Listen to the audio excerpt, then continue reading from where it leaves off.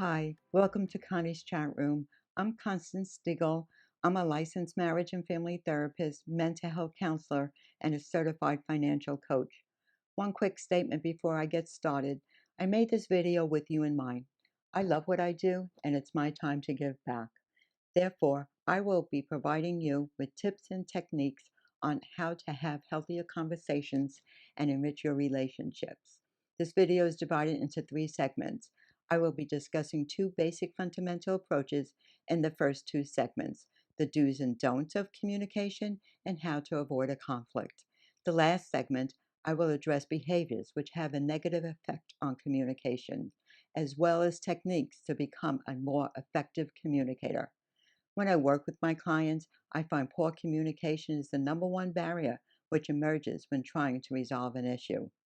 I am sure all of you agree with me. Healthy communication is the heart of every relationship, whether it will be with your spouse, parents, friends, business associates. It really doesn't matter. All of these guidelines can be applied to any of those relationships. Without respectful communication, a conversation can easily and quickly become hostile, and sometimes issues are never resolved, and resentment and anger begins to build. Now get ready to learn these valuable strategies and necessary skills. Make yourself comfortable, sit back, relax, and I will return at the end of this episode. Communications, do's, and don'ts. In order to have a healthy conversation, it is important that we are facing each other and being respectful. We cannot have a healthy conversation if we are angry because we cannot reason with anger. We should not have a conversation if a person's stressed, overwhelmed, frustrated, angry, or yelling. If any of these emotions arise during a conversation, then that conversation needs to stop. Also, a person cannot have a healthy conversation with someone who's under the influence of alcohol or under the influence of drugs. We have conversations every day with our spouse, children, friends, colleagues, family members, as well as other individuals we encounter throughout our day. It is important that we become aware of how we communicate. A simple conversation, a spur-of-the-moment conversation, or a serious conversation can easily and quickly become hostile. Let's address the possible causes that can make a friendly conversation become unfriendly and address the elements that will help to reduce conflict. First, let's take a look at the 5 components of communication: verbal, listening, nonverbal, written, and visual. They are all critical. However, in this section of the video, I will be discussing only 2 of the components: verbal and listening. I will go into further detail in part 2 of this video on all of the components of communication. It is the speaker's responsibility to ensure that the listener understands what you are saying. Therefore, the speaker needs to be clear, articulate, and to the point when speaking. The listener must be attentive and not distracted. Listening is a crucial part of communication.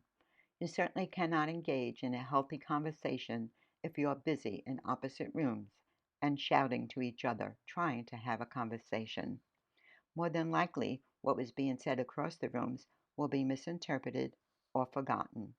Because you were not attentively engaged in the conversation, a few days go by, the topic resurfaces because what you said or asked was never done. Your response is, "I don't remember you saying that. I don't remember you asking me that. No, that is not what you said," and the conflict begins. The best way to avoid the conflict is to make sure you are both in the same room, speaking to each other, face to face, with no distractions. There will be times when you cannot have a conversation face to face. You may be at work, shopping, or traveling. Therefore, if you are having a conversation via electronic devices, phone, text, or emails, the moment the conversation begins to escalate, the conversation needs to stop.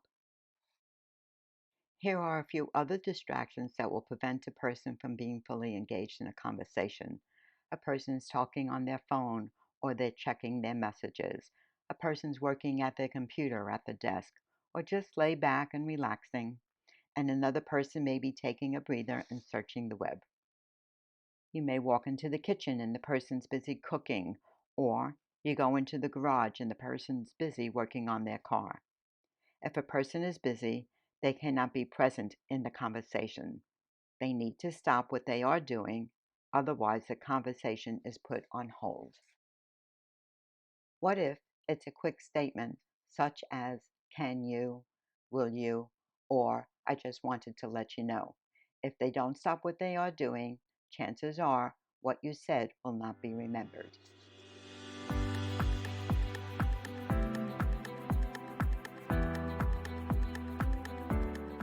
Meet Steve and Donna. They told me they were having difficulty communicating, and lately every conversation turns into an argument. Sometimes they argue for hours, and there are many times they don't speak to each other for days.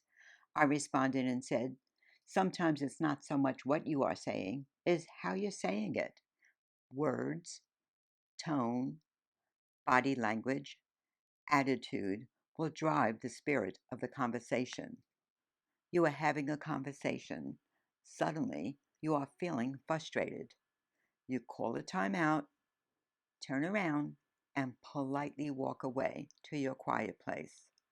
Take the time necessary to diffuse your negative emotions and also think about how to reframe what you are saying, as well as finding a solution to the issue.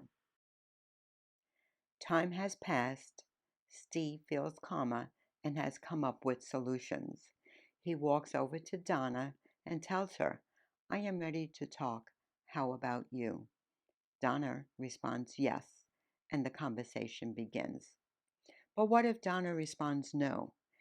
Then it becomes Donna's responsibility to walk over to Steve when she is ready and ask, are you ready to talk? And if Steve responds with a yes, the conversation begins. You are sitting down and you begin to have your conversation. One thing to remember is to call a timeout if needed. Allow each of you to share your solutions. If you happen to come up with the same solution, perfect. However, what if you didn't? This is where both of you need to be flexible and begin to negotiate and compromise. And by being flexible, it's about willing to accept you may not get all you want.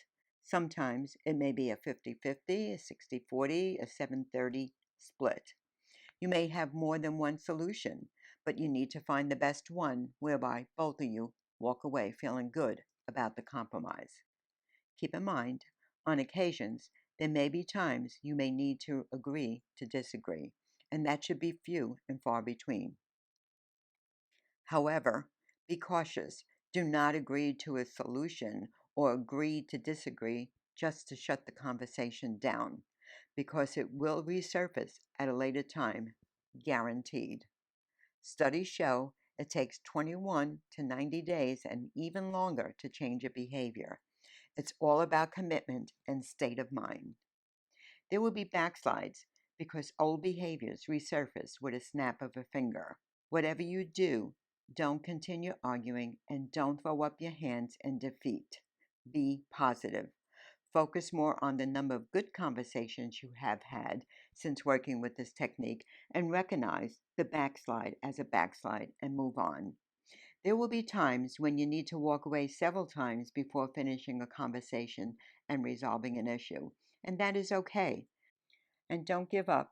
Before you know it, you will find yourself having healthier conversations.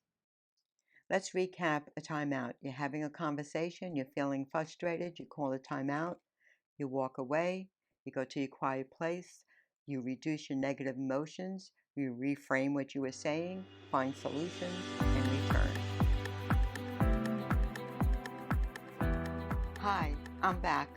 I hope you found this information valuable and enjoying the video so far.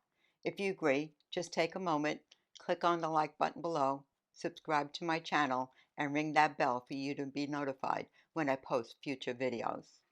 For your information, I listed below a timeline in the description for each topic in this upcoming segment. The additional topics will focus on negative behaviors and also provide tools to help you improve your communication skills. So, get ready, make yourself comfortable, sit back, relax, and I will return at the end of this segment. By now, you know prior to having a conversation, there are no distractions, both fully engaged and emotions are neutralized. Tracy wants to have a conversation with Robert, and she feels it may cause a conflict. Therefore, Tracy needs to ask Robert, "Do you have a minute? I want to discuss something with you, and I don't want to argue." Robert responds, "Yes." Perfect, the tone is set. However, there are two words that can change the tone of the conversation if used incorrectly: you and I. The you statement's more about blaming someone, therefore, a person may feel verbally attacked. And the I statement is more appropriate and less aggressive to explain what you feel while still getting your message across. The I statement is first, the you statement follows. For example, Tracy tells Robert, "I felt angry when you," or "I felt hurt when you," rather than saying, "You made me angry, you upset me," which will cause Robert to feel Tracy is blaming him. Robert will become defensive and an argument will start. Remember, it's not so much what you say, it's how you say it. Amanda and Larry are having a conversation. Amanda tells Larry about an incident that happened at work. Larry, trying to be helpful, tells Amanda what to do, and the next thing you know, they are arguing. All Amanda wanted to do was to vent and not be told what to do. I suggested, "At the beginning of the conversation, Amanda, tell Larry, I want to vent, and for now, please, no advice." Larry now knows he is to listen and not give advice. However, Larry, you need to validate her feelings. Tell Amanda she appears to look troubled and sounds upset. If you want my advice, I am here. On the other hand, Amanda, if you want Larry's advice, tell him, "Larry, when Amanda is finished talking, I suggest you confirm and ask her if she still wants your opinion." Simple word of advice. Just because she asks for opinion, it does not mean she will take it. She just wanted another perspective. Joe and Katie are trying to have a conversation, but Joe is constantly interrupting Katie. After a while, Katie becomes frustrated because she can't finish what she wants to say, and eventually an argument breaks out. I explained to them, interrupting is an indication you are not listening. Your brain can only do one thing at a time: listen or talk. It can't do both. People tend to interrupt for many different reasons. You need to remain attentive. Here is an easy technique to use to help stop interrupting. It's called the talking stick. Most people, when I recommend this, chuckle and think it's kind of silly. However, when you begin to practice this, you will find it to be beneficial. It doesn't have to be a stick, it can be any object. This is how it works. Katie, when you are talking, you hold the talking stick in your hand. When you're finished talking, you hand it over to Joe. Joe, when you are finished talking, you hand it back to Katie. The talking stick continues to be passed back and forth until the conversation is finished. Eventually, you will learn not to interrupt, and you will no longer have to use this tool. Reflective listening is a technique that allows the speaker to feel they are heard and understood. The listener focuses on what the speaker is saying, listening to the words, observing body language and emotions. It's a perfect technique to use when a conversation is challenging, emotional, and trying to resolve problems and conflicts. Jane is telling Andy how upset she is because of an argument she had with her sister earlier in the day. When Jane finishes speaking, Andy responds by summarizing the main point of what Jane said. He tells her what he heard, identify her feelings, and her tone. and puts it into his own words by asking Jane, I heard you saying this. Your sister said that. It sounds like you look upset, and Jane will let Andy know if it differs. Notice Andy did not interrupt, he did not provide solutions, and he did not interject his personal views and experiences. Jane felt heard and understood. Sometimes the listener has difficulty staying focused. Our brain processes information faster than the speaker. Therefore, a person's mind will drift. Depending on the temperament of the conversation, one way to focus is to lean in and reach out and hold a person's hand, look directly in their eyes, and listen. Interject with short words during the conversation, such as, uh-huh, go on, oh. An alternative, if you cannot hold the person's hand, hold an object tight in your hand. Focus on the object while listening. It will help prevent the mind from drifting.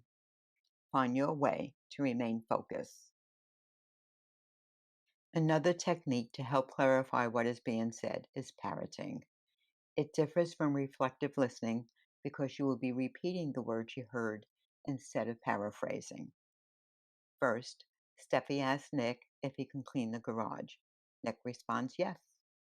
Days went by and Nick did not clean the garage. Steffi asks Nick again, and he responds yes. Once again, days went by and Nick did not clean the garage. At this point, both Steffi and Nick are irritated, however, for different reasons. Steffi feels Nick doesn't listen and never wants to do anything, while Nick, on the other hand, feels Steffi is nagging him. Why? Both had different expectations. Steffi wanted it done by Sunday, but she didn't tell Nick her expectations. And Nick, on the other hand, is thinking he will do it when he gets a chance. Steffi needs to be clear about her expectations. Therefore, Steffi needs to say, Nick, can you clean the garage and have it done by Sunday? Nick responds, yes, I will clean the garage by Sunday. Clear, to the point, no room for misunderstandings. But what if Nick is unable to do it by Sunday? Nick responds, I can't. I have to work, but it will be clean by next Sunday. Clear and to the point, and tells her when it will be done. Steffi responds, okay, the circle of communication is complete. The nagging will stop and the garage will be cleaned. Jane asks Andy a question. Andy does not answer the question. He deflects. When he's finished talking, he walks away. Andy's reason for not responding is he felt there would have been a confrontation. He wanted to avoid the conflict. I told Andy, guess what? You just caused a conflict. Why? Because not answering the question leaves Jane feeling ignored, unimportant, and dismissed. And the longer her question goes unanswered, the more she feels hurt, angry, and frustrated. What happens next? Jane is left to assume why you didn't answer her question. And assumptions are derived from the past experiences and things we hear from other people. Jane will fill in the blanks with her past information. She will bring into the present, start to connect the dots with her facts, and think she knows why. More often than not, people's assumptions are wrong. Jane will continue to believe what she told herself until it is addressed and corrected. Assumptions are unhealthy for any relationship, and the conflict, Andy, you wanted to avoid now became larger. Instead of deflecting and shutting down the conversation, Andy, you could have said, I heard what you were saying or asking. Can I get back to you? Jane would have accepted that. After all, it's a timeout, and make sure you follow the guidelines to return in a timely manner. Andy, the longer you take to return, the more tension will build. Do not assume if you don't return, the issue will disappear. Your assumption will be wrong. Jane will continue to ask the question until it is answered. Therefore, answer the question and be honest and to the point. Steve and Donna are having a conversation. Within minutes, the conversation turns into an argument. Instead of applying the timeout, they decide not to talk to each other for hours and days. This is a passive aggressive way to send a message you are angry. It is the opposite of a timeout. Not talking for days is not about calming down. It's not about resolving an issue. It's more about keeping the argument going without words. Steve and Donna keep replaying the issue in their mind, holding on to the negative feelings rather than diffusing emotions and finding a resolution. It's about power and control and a form of punishment. Apply the timeout technique, have the conversation, resolve the problem, and close the topic. Which now brings me to harassment, the opposite of the silent treatment. This behavior is hurtful and destructive to any relationship. It's also about power and control. It's the constant barrage of verbal attacks. This form of behavior not only happens in person, it is also carried out via electronics, the phone, the computer, text, emails, the name calling, criticizing, belittling. When together, the constant barrage continues, along with backhanded comments and with finger pointing. Remember this: what you say in 10 seconds remains in the person's mind for a lifetime. Let me repeat that. What you say in 10 seconds remains in the person's mind for a lifetime. Stop the interaction. Do not engage. Apply the timeout. Diffuse. Reframe. Rejoin. Adults have a vocabulary of 20 to 40,000 words. Therefore, cool down, change the words, and change the tone. After a while, the words "I'm sorry" will become meaningless. Hi, thank you so much for watching. Before ending this video, I decided to add one more topic. I hope you enjoyed this video as much as I did in creating it for you, and that you found it informative and of great value. Please leave your comments and suggestions below and let me know what topics you are interested in. Moving on to the last topic. Relationships should not be complicated. However, we as adults are complex. Throughout this video, I provided several different scenarios illustrating how to react to certain words, tones, body language, and at the same time equipped you with tools and techniques on how to respond and not react, and how to solve an issue and let it go. The past is the past. You can't change it. Learn from it. On the other hand, we learn what we live. Our life experiences impact who we are today and how we interact with each other. I want to briefly touch on our deep emotional issues from the past: old wounds, past trauma, PTSD, guilt, and shame. These events and emotions shape our behavioral patterns and our emotional triggers. If you find yourself struggling with these memories, then learn how to regulate your emotions to stop these events from controlling your life. Therefore, when a memory resurfaces, stop and examine why. Ask yourself these questions. Why did this topic resurface? What purpose does it serve at this time? Does it have a connection to the present? Does this event affect my behavior? Next, identify the feelings associated with the event. Are you angry? Are you fearful? Are you sad? Are you anxious? Letting go of the past is not easy. Take a moment, journal your thoughts, and examine your answers. This exercise will help you become more aware, and you'll be able to connect the dots as to why the memories keep resurfacing. Plus, examine the effect they have on your behaviors and triggers. The memory of the event will always be there. However, you can release the pain associated with it. In the meantime, try journaling. And if you find it challenging to work through the events and feelings, find the courage to reach out to a professional to begin your healing journey. Because the life in front of you is more important than the life behind you. Holding on to past events stop you from moving forward. Yesterday is gone. Tomorrow has not arrived, but today is here. You control the day. Embrace it and make it great. See you soon, and again, thank you so much for watching.